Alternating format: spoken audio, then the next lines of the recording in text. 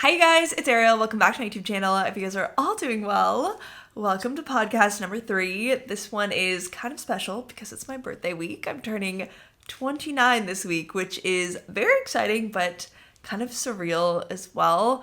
And I think I'll do a more chatty video on the fact that I'm turning 29 because as I was getting closer and closer to this birthday, I really started to think about how my early 20s are so much different than my late 20s, kind of leading up to my 30th birthday, and how much I've changed and grown and learned over the past 9 years. So I thought that'd be a fun video to make. But yeah, this is the first birthday that I'm spending kind of relaxed. Like, I'm not going to spend it alone. I'm obviously going to spend it with Jean, but it's the first year that I'm not throwing a huge birthday bash with like all of my friends and extravagant activities. I feel like that was always so important to me because I moved away from home at 17. So the majority of my birthdays from 18 until 29, I've spent away from home, away from my family. Like, there was a couple where I was in Toronto with my family for my birthday, but for the most part, my birthdays have been abroad or in Ottawa and just like away from family. So I've always really relied on my friends to make me feel special on my birthday and also to make me feel not alone. I think that was always my fear with my birthday and why I like always had these huge birthday parties. But yeah, this year it's just going to be me and Jean, a relaxed 29th birthday, and I'm actually really excited for it. Like, I don't feel anxious about not having a big birthday party, and that's because I just think I feel so happy, so cared for, so settled that I don't need a giant celebration about me. You know, does that make sense? I don't know, but yeah, I'm excited to just spend it relaxed with Jean, and I think as well, like, of all the birthdays, 29 is probably not the most exciting because the exciting birthday is like the 30th birthday. And like, obviously it's exciting to turn 29. It's such a privilege to get older. But for my 30th birthday, I'm planning on going to Portugal with my best friend. And obviously I think as well I'll have like a big family party and a big friend party. So maybe that's why 29 is overshadowed by 30, but yeah, it definitely feels a little bit weird to be turning 29 because I think when we're younger, when I was a teenager and stuff, I would look at turning 26, 27, 28, 29, 30 as these huge birthdays where I think in my mind I envisioned, I don't know, being married, having children. Like, I don't know what I envisioned, but when you're younger, you really think of your late 20s as being this real adult. And not that I'm not a real adult, but it's definitely not as monumental or as like old as I thought it was when I was younger. So yeah, it's exciting. I'm excited to have my birthday come up. I'm a Gemini. I'm a summer baby. So it's always nice. It's always been sunny on my birthday. I've always just really enjoyed my birthday. So I'm very excited. Let's get into the topics because there are so many. And I also have some really good questions from you guys. And one of the questions I really want your guys' input on. So if you can, watch until the end. And yeah, leave me your opinion on this topic. I'll let you know when we get to it. But there was one question that really made me think. The first topic that I have is an itinerary update. I got my first bad review. No, I'm kidding. It wasn't a bad review. It was a mostly good review, but there was definitely some constructive feedback in the review. Like, largely it was a good review, but the person who purchased, I think they purchased both itineraries. They said that they enjoyed reading it, they enjoyed the activities and everything, but that they had wished that I had included more elevated, I want to say more upscale restaurants. I forget the wording as well, but yeah, they were wanting more sit-down style restaurants in the itineraries, more high-end restaurants, I would say. And I think the reason that I didn't include high-end restaurants in my itineraries is because I was really crafting them from the perspective of a local. Like I really want to share with you guys through my itineraries really fun, amazing activities and restaurants that I do on the regular. You know, like things that I have done so many times. I enjoy them so much, and I really hope that you will too. And also in my regular life, I'm conscious of my budget. And so even if I do enjoy going to higher end restaurants from time to time, my main go-tos are probably going to be the neighborhood bistro that serves really amazing home-cooked dishes, but maybe not in the most luxurious setting. So yeah, I think my itineraries are a reflection of my personality. But that being said, the reason why I thought it was so like such good feedback is because I think it's true for the lunch portion of the itinerary specifically. I can understand why, and like, yeah, why people would want a more formal sit down lunch. And those types of lunch restaurants are actually my favorite type of restaurant in Paris. And so it did not make sense that I didn't at least include that as an option. There are so many different types of restaurants in France, and I'm actually going to make a video on my main channel detailing every single one to give you guys a better idea. But basically you have bouillon, bistrot, café, bar, and then as you go higher up in scale, you have a restaurant bistronomique, a restaurant gastronomique, and a restaurant étoilé, which is a starred restaurant. And the first level, I would say, of high-end cuisine, the restaurant bistronomique, is my favorite type of restaurant. Bistronomique is basically a fusion between bistro and gastronomique. So you have this incredibly creative and high-quality cuisine. There's like a head chef, a sommelier, like it's a much more luxurious dining experience than just a bistro or a cafe, but you're not at the price point and the formalities of a restaurant gastronomique. So not only is it good food, I think it's the best bargain, you can say. Like it's worth the price because of the experience and the food you're getting. Whereas I think as you reach restaurants like gastronomique and restaurant étoilé, you lose that sense of value. It gets to a point where it's just so expensive, it's hard to fathom how it is like legitimately worth that much money. But yeah, I did think that there was a gap in my itineraries that I hadn't included my favorite type of restaurant. And so now what I've done is I've still kept option 1 and 2. Option 1 was a picnic option. Option 2 was a sit-down casual restaurant. And now I've added an option 3 for lunch, which includes a restaurant bistronomique. And then the second thing I added, which I'm kind of on the fence on, is for the dinner portion of the itinerary, I decided to add the option, like a second option, of a restaurant gastronomique. And personally, I think I would not choose that option on the itinerary because the restaurants that I recommend, like I said, are the neighborhood bistros that are known for their quality and their authentic French experience and cuisine. And so that's what I would opt for if I was, traveling in France as a tourist.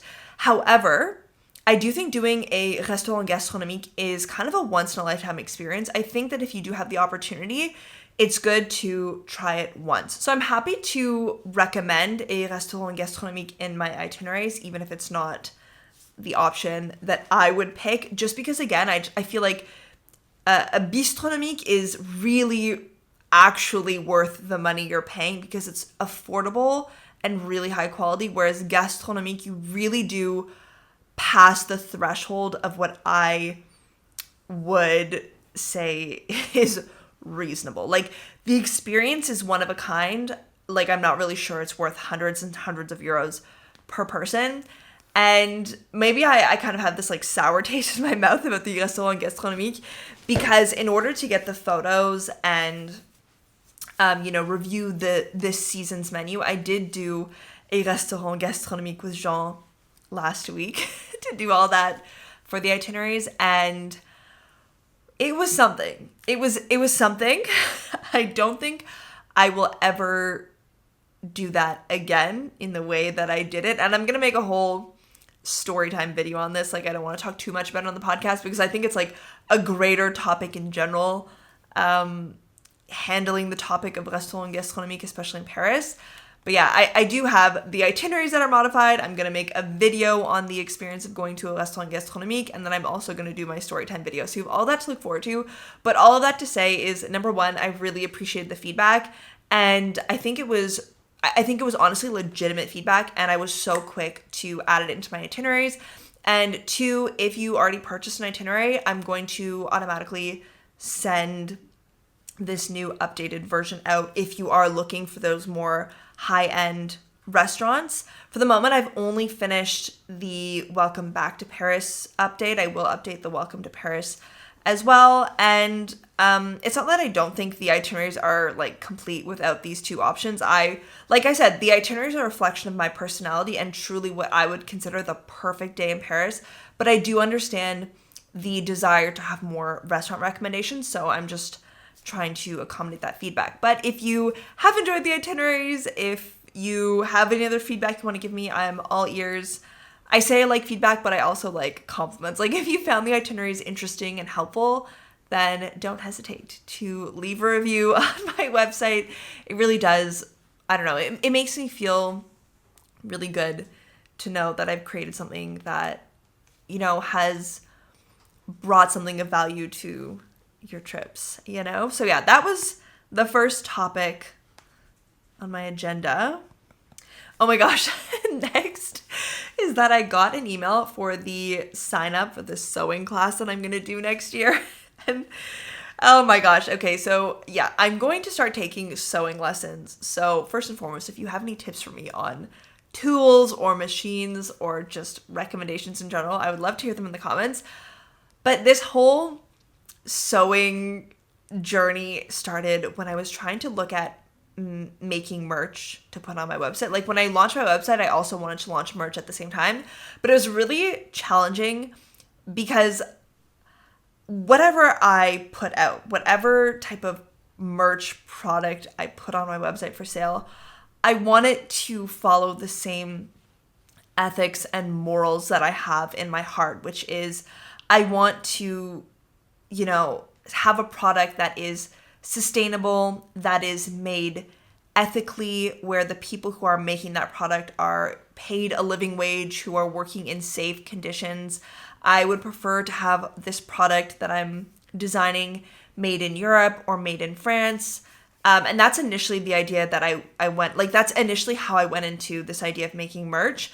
I also actually have my own design of what I want this product to be. I don't want it to just be like a copy paste of what is already out there on the market. But the issue is when you want to manufacture something that's unique to yourself, like it's your unique design, unless you're producing at huge quantity levels, it's very hard to find a manufacturer that will allow you to design, freely. And so when I couldn't find a manufacturer in Europe, I actually started talking to local seamstresses in Paris to see, what their rates were, because as I was getting my clothes tailored, like my pants hemmed and my dresses taken in, I started to see these seamstresses that had signs that they sell their own creations. And so I started to talk to them about this product that I wanted to sell and ask them, if they would be able to help me with it and what their rate would be and stuff. And generally the average that I got was 15 euros for the labor required to make this product. And then I would have to supply the material. And I just think if I combine those, the labor and the materials, the product would be like 25 euros to make. And then you'd have to add things like shipping and tax, and there would have to be some like small profit margin. And it would just really make this item, this product that I want to design, a lot more expensive than I think the current market value is.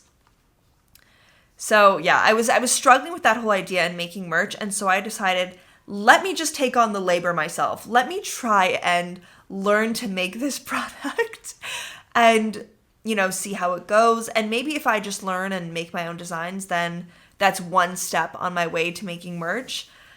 But yeah, that is where this whole idea came from. And the class that I want to sign up for starts in September, but registration starts a little bit earlier, I think in July or August. And it's a very popular class. So I have like the alarm set to register it for the minute it opens.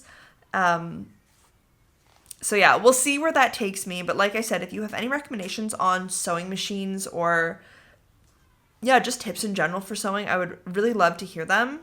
Okay, my next topic is a very short topic. I just wanted to show you guys the new lipsticks that I got.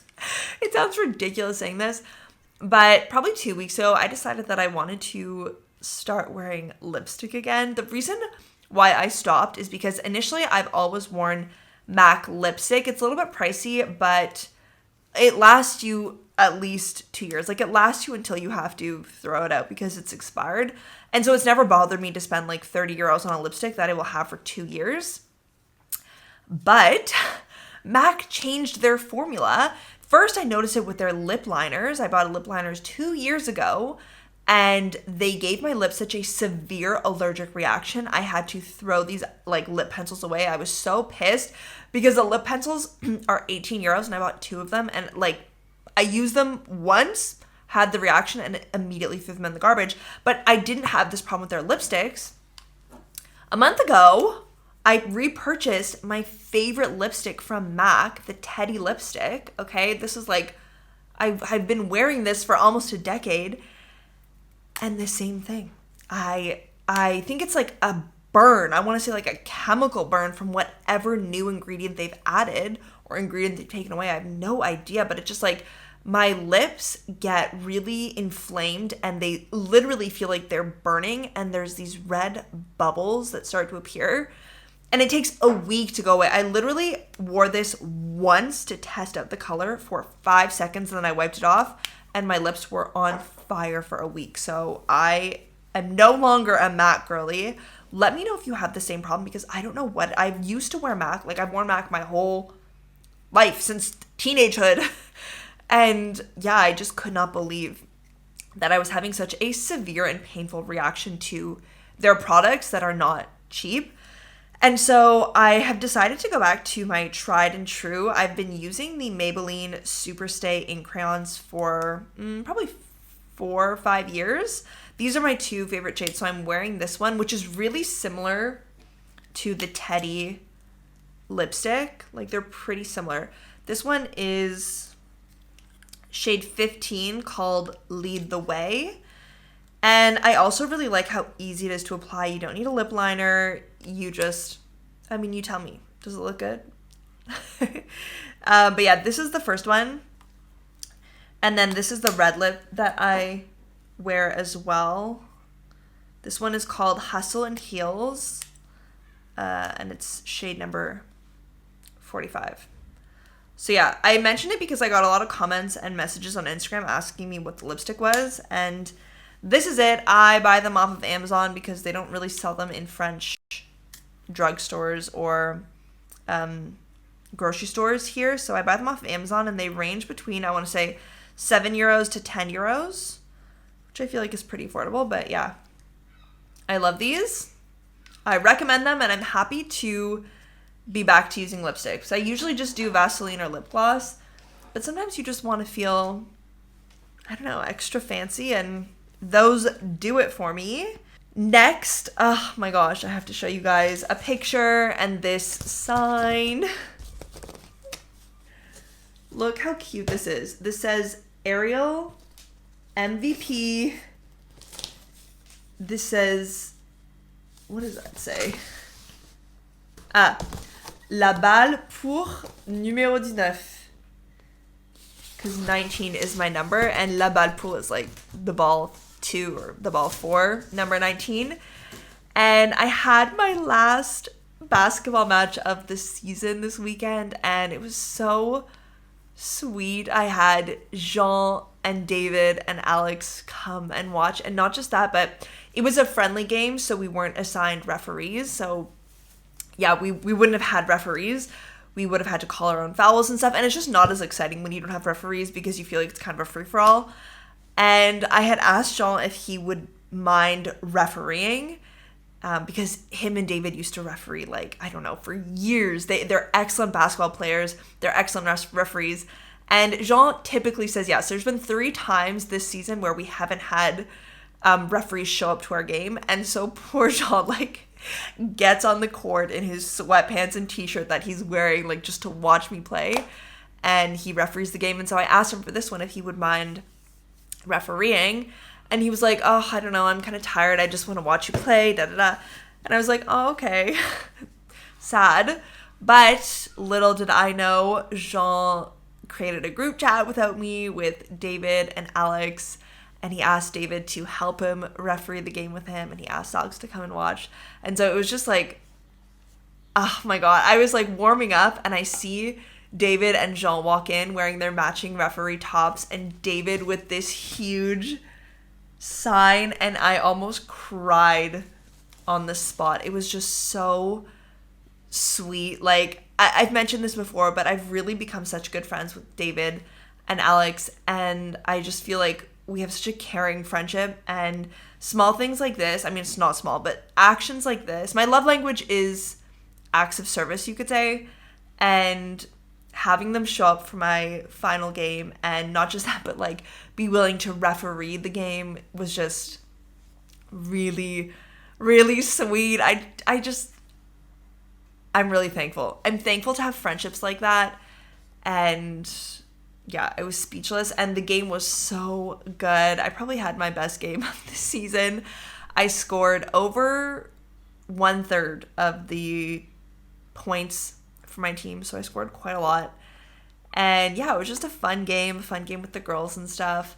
And next week, actually, we have our team dinner, which I'm really looking forward to, because if you guys have been following like my podcast for a while and like my whole basketball journey and stuff, I ended up not being able to play on my old team, which was the men's team. That's where I met Alex and David and John. And I switched over to the women's team like probably 4 months ago. And the women's team is very nice. They're the most welcoming people. The coach is fantastic. But it's always hard when you're the new kid on the block. Like, it's hard to find your space in a team that's already formed, and like friendships that are already formed and stuff. So I'm definitely looking forward to the team dinner and like getting to know people a little bit better. And I also offered to bake a cake. So I think that'll be fun as well. But yeah, ending on a really good note for this season. And I just am reminded at, how great of a partner and how great of friends I have. I'm very thankful. Okay, my next topic is buying and returning shapewear last week. So you guys will see it, but I have a video coming up of me purchasing and trying on all of these French Vinted dresses that I got off of Vinted. But the problem is a lot of them were thin, they didn't have lining in them, and so they were kind of see-through. So I had to try and find something to wear underneath, and it was a toss-up between a slip and shapewear. The problem with the slip, that's initially what I wanted 100%, but sometimes the slip is longer than the dress, and I don't like the look. I think it's kind of messy to see the slip coming through, especially if they're different materials and colors and stuff. And so I decided to also explore the option of getting shapewear. So I bought this Spanx bodysuit. It had the straps and it went under the bra, and it was shorts. So it wasn't uncomfortable or anything, but it was definitely a lot of material and it was tight. And that was my first grievance with the shapewear, is that if I'm wearing a summer dress, the goal is to be cool. I don't want to stress myself out with all of these layers, especially thick layers like shapewear. Like, the material is thick and it's also not natural breathable material. So whenever I put it on, I felt like really hot wearing it. And yeah, I didn't want to, I don't know, I didn't want to trade off comfort for wearing a dress. So ultimately, that was one of the factors in why I returned the shapewear. But another factor is the beauty standards, which is, something that I think about often, because I really don't think that especially women, I mean anyone, but women especially, should modify their bodies to fit the current beauty trend, because trends change. And I just think it's really crazy to ask women to keep up with these changing beauty trends by doing things like surgery and injections. And I think shapewear kind of leads into that as well, because it's a way to alter your body in a way to conform to a beauty standard. I say that because when I put on the shapewear, like, oh my gosh, the curves were curving. It was an hourglass figure. Everything was smooth. I went down almost a size, like an entire size, when I put on the shapewear. And so I do feel like it is in a way similar to injections or Botox or filler or surgery, where you are morphing your body, especially in a way that's uncomfortable. Like I was saying, the shapewear was not super comfortable for me to conform to a beauty standard. And yeah, I just think it's so important for two reasons. Like, one, I want to love my body the way it is. I don't want to feel like I'm not good enough. You know, I don't want to feel like I need to inject something or like surgically change something to match what people think is beautiful.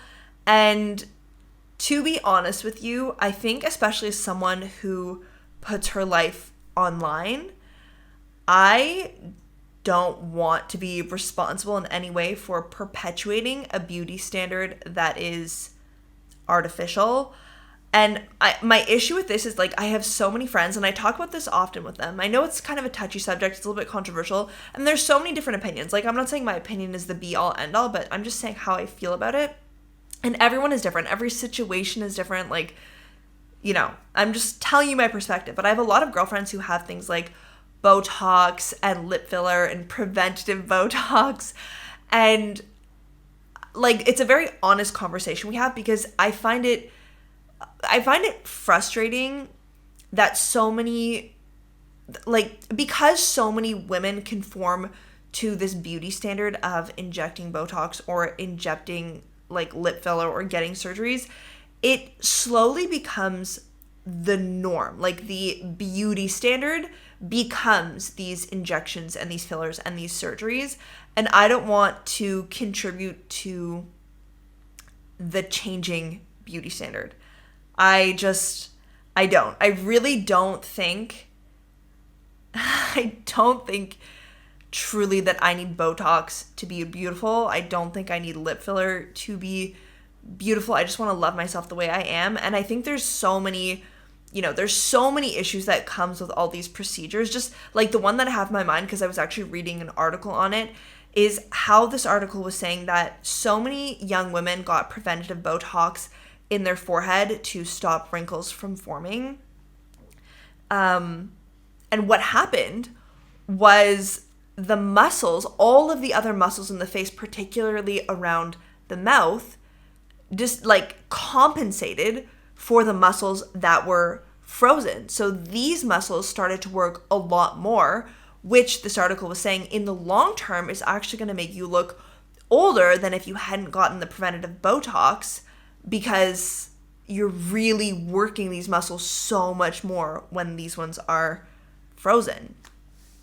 And then it just leads you to getting more Botox and more filler to fix this. And, you know, I feel like our bodies are the way that they are. And whenever you alter something, you change, you offset the system. And I do feel like, from what I see, when people change the way they look, when they start to conform to these beauty standards, it's kind of like a never-ending cycle where it's always more and more and changing this and that and this, change this, so I have to correct this with an injection. Like, yeah, I know I've probably said injection about 87 times, and like I said, everyone has their own situation. I don't want to say that I have the be-all end-all opinion, but I just know that personally, I do not want to be responsible for someone looking at me.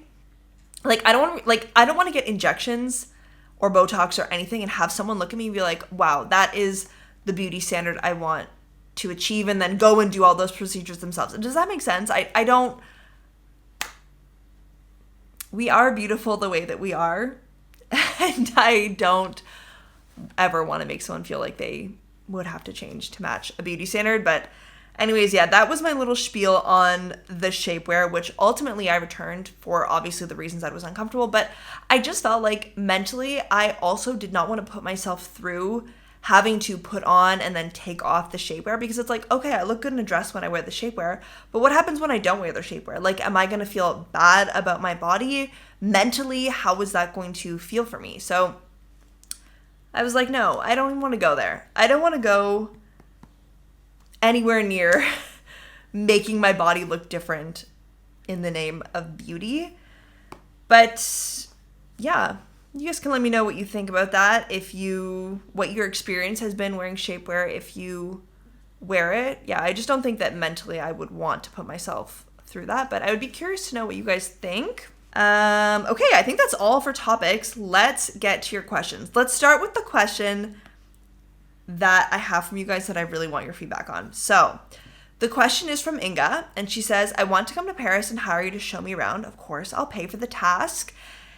And okay, I want to be super honest with you guys about why I don't have guided tours available on my website, why it's not something that I currently offer, because I get a lot of requests from people who would like a private guided tour or would like to be part of a group guided tour. And I want to talk about the cost associated with this, because like, first and foremost, let me know if you were going on a private guided tour or a small group guided tour, what do you think is the appropriate, or not appropriate, but what do you think is the correct salary for the person to receive giving that tour? So think of your number. I asked this to Jean. He said, I don't know, like 30 euros. And so if we go with 30 euros as a hourly salary for someone who's giving guided tours, you have to think of the business behind it who pays that salary. Because when any business in France pays a salary, they have all sorts of different taxes and charges that they have to pay. So let's break it down so I can better explain it. If I earn 100 euros, immediately 20% of those 100 euros is gone to pay for the TVA tax. Okay, so I'm left with 80. Now let's say I want to pay myself a salary of 80 euros with that remaining 80. I can't, because whenever you pay a salary, whether it's to yourself if you're a small business like me, or to any employee in France, you have to pay the charge sociale and the charge patronale, which are taxes that contribute to all of the social benefits that we have in France, which I'm very pro. I am pro social benefits. I'm pro tax. Like, I love it. I am a fan. But the amount that those two charges equals is approximately 50 to 55% of what you're paying as a salary. So if I wanted to pay myself 80 euros as a salary, I would at the same time have to pay the supplemental 45 euros in taxes to the government.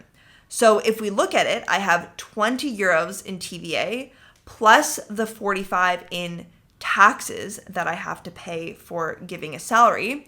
So we're at 65 euros of tax and 80 euros of earnings, which means that if we agree that 30 euros is the correct, appropriate salary for a tour guide, I would have to multiply that by 2 in order to pay all of the taxes, which means that per hour it would be 60 euros to book a private tour. And then also, you guys know me, like, I'm very, very much into the history and the context of Paris. Whenever I do a guided tour, I would really personalize them, and I would make sure that I have the research. I would have the visuals printed to show you, like, before, after, whatever we're looking at 100 years ago. I don't know, stuff like that. And so then would you also compensate for all that work? Like, that's probably going to be between 5 and 10 hours of work per guided tour. Like, would you compensate for that? Like, this is the issue that I'm dealing with, because I just know that, like, I'm very conscious of how costly it can be to travel. and it's hard for me to find the right price of a guided tour, keeping all of this in mind. So that's my hesitation so far. That's why I haven't started I haven't started offering guided tours as an option, even though I do get requests all the time. So I'd be really interested to know from your perspective how much you have paid or how much you would pay for a private guided tour or a small group tour. Like, I'm genuinely curious. I haven't done enough market research on it. I mean, I've done a little bit of research and I've seen the prices of private tours and stuff, but I'm curious to know what you guys think. So yeah, thank you for that question. And I definitely am thinking about it. I have to find a middle ground between all of that mess. And I hope it's okay that I can be honest and transparent with you guys about that, because I don't know, I think when you don't own a business, or you don't own a business in France especially, you don't realize how many taxes there are to pay. Like, now that I know this, I look at some businesses and I'm like, I don't even know how they make it work. Like, you know, to sell something affordable and be able to pay for salaries and everything behind it. So yeah, thank you, Inga, for your question. Kareem says, how soon will you pick a date for your picnic? Thank you for asking this question. It gives me the chance to remind everyone that they can sign up for the summer meetup. I have the link on my website. I will leave it down below. And essentially, the registration includes a little survey. So you put your email, which I need because I'm going to email you the invitation. And then it has a survey for weekends in July and in August. And I just want to pick the weekend where the most amount of people are available. So yes, you still have time to register, and I will pick the date at the end of June. Probably the last week of June is when I will send the emails out. So you can look forward to that. And Kareem also says, are you considering spending the Summer Olympic period outside of the City of Love? And initially I was definitely intending on leaving Paris. I was actually thinking of going to visit George and Zilke in Greece. But then I thought, Arielle, you're a Paris YouTuber. I feel like it's your responsibility to document the Olympics in Paris. And Jean and his friends got really lucky. I think I mentioned this before, but to get tickets to the Olympic Games, it was a lottery system where if you were picked first, you had access to the more affordable tickets, you know, like less than 100 euros. And so Jean and his friends got picked. They were so lucky. And they ended up buying or getting tickets for a couple different events, and they got enough tickets to be able to bring a friend or a girlfriend. So there are a couple of games, 2 of which are in very cool locations, which I think will be fun to show you guys. So I think I will end up staying in Paris for the Olympics because I feel like it is my job to document that. And I also think it'll be fun to take you guys to these specific games that we have tickets for. Let me know if you would be interested in seeing like a vlog of a day, you know, going to the Olympic Games or whatever. Maybe it's just a cool idea in my head. Slavka says, do you still seek new friendships in Paris, and have a nice weekend? Thank you, Slavka. Do I still seek new friendships? Occasionally. I think it's challenging. I've definitely expressed before my challenges with finding friends. In a city like Paris, it's transitional for so many people. You have such a huge inflow of international students, international workers that don't intend on staying in Paris for more than a year or two. And so my track record in Paris has been to make friends, and then all of those friends eventually leave. And it's really hard on me emotionally to restart every year finding new friends. And I think at this point, I do feel really good about my current friendships in Paris, like David, Alex, and obviously my boyfriend, Jean. I have my best friend in Canada, and her and I are like this. I have my family in Canada as well. So I do feel pretty fulfilled when it comes to friendships and relationships at the moment.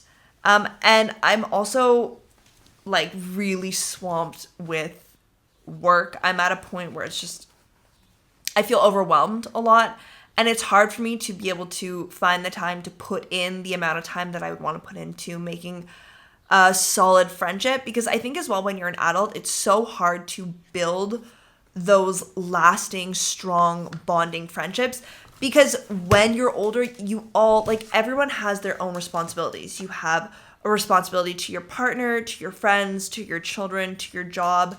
And so it's hard for everyone to give emotional, I don't know, to give emotional attention and just time in general to new friendships.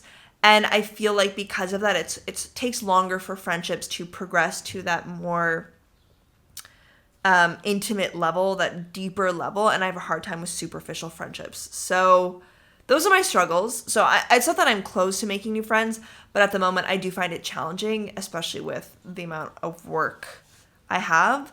But I think when things slow down, maybe in the fall, then I might maybe try Bumble BFF again, or I really want to volunteer as well. And this is what I said before, like, making friends off of apps and stuff is a good idea, but I think it takes a lot longer to build solid friendships from an app because you don't have a weekly activity that you're doing together. Whereas something like basketball, for example, where I was able to build this solid friendship with David and Alex and Jean, who's now my boyfriend, was in part due to the fact that we were forced in a way to see each other 3 times a week. So you just become friends over time, you know? So I think I would be more likely to find friendship in an activity like either the women's basketball team I'm now on or volunteering. Sorry, that was a very wordy answer, but that's where I'm at. And then the last question is from Anne, and she is wondering about Paris sites that are impacted by Olympic construction during early July visit. I'm going to make a video on this because even to me, it's not clear. Like, it's I hate to say it because I don't want to be a pessimist, but it feels very disorganized. The Seine, I know, will be closed. The metro station Concorde is closed. The Champ de Mars is closed, like the Eiffel Tower. What else? The Tuileries, I think, are going to be closed. And there's going to be a certain amount of space in the downtown core of Paris that will be closed unless you have a QR code, and you get the QR code by living in that area, by, I don't know, having a dinner reservation for a restaurant in that area, or by working in that area. And I think that even if that space isn't technically closed to everybody, it will be, like, you'll be less likely to want to spend time there because it'll be more challenging to get a QR code. So there are so many changes, but I feel like they're not really clear. So I am going to make a whole video on my main channel really detailing what's being reported in the news at the moment when it comes to what will be closed. So I will keep you guys updated. I'm a little bit worried because it feels like really major parts of Paris and the public transportation system are going to be affected and closed. And it almost feels like the impression that I have, I was talking about this with some friends that I have in my boxing class, but it really feels like we're being forced to stay in our neighborhoods and not leave our neighborhoods. So yeah, that's just the impression that Parisians have, but I will make a more detailed video for you guys. And with that, I will end today's podcast. That was a lot. I feel like I haven't talked this long in a while. But yeah, thank you guys so much for watching. I hope you have a really good week. I will see you on Thursday on this channel, and then I'll see you on Saturday on my main channel. And at some point, I'll see you for a chit chat video about turning 29 once I turn the big 29. But yeah, thank you guys so much for watching, and I'll see you in the next one.